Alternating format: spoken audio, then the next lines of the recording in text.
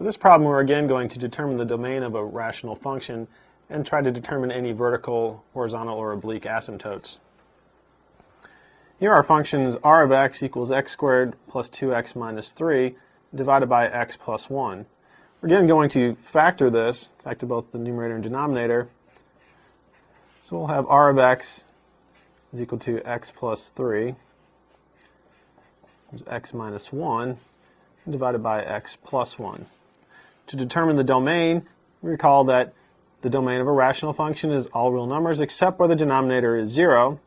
In this case, x equal to negative 1 makes the denominator 0. So our domain is a set of all real numbers for x such that x is not equal to negative 1. To determine the asymptotes, we'll start with vertical asymptotes. To find the vertical asymptotes, we look at our rational function in reduced form. This is already in reduced form. And so again, we look at the denominator. Any value for x that makes the denominator 0, but the numerator non-zero yields a vertical asymptote. In this case, that's x equal to negative 1. For horizontal asymptotes, we want to look at the degree of the numerator and denominator. The degree of the numerator is 2. The degree of the denominator is 1.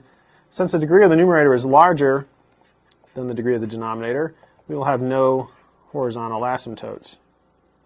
We do, however, notice that the degree of the numerator is exactly 1 more than the degree of the denominator. So that does mean we will have an oblique asymptote.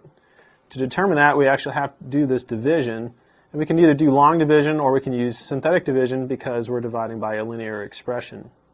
Go ahead and use synthetic division here. And we're going to use c equals negative 1. We'll put in our coefficients, 1, 2, and negative 3. Drop down the 1, multiply and add, multiply and add. So we can see that our remainder is going to be negative 4. Our quotient here gives us our oblique asymptote. This is going to be x plus 1. So we have an oblique asymptote of y equal to x plus 1.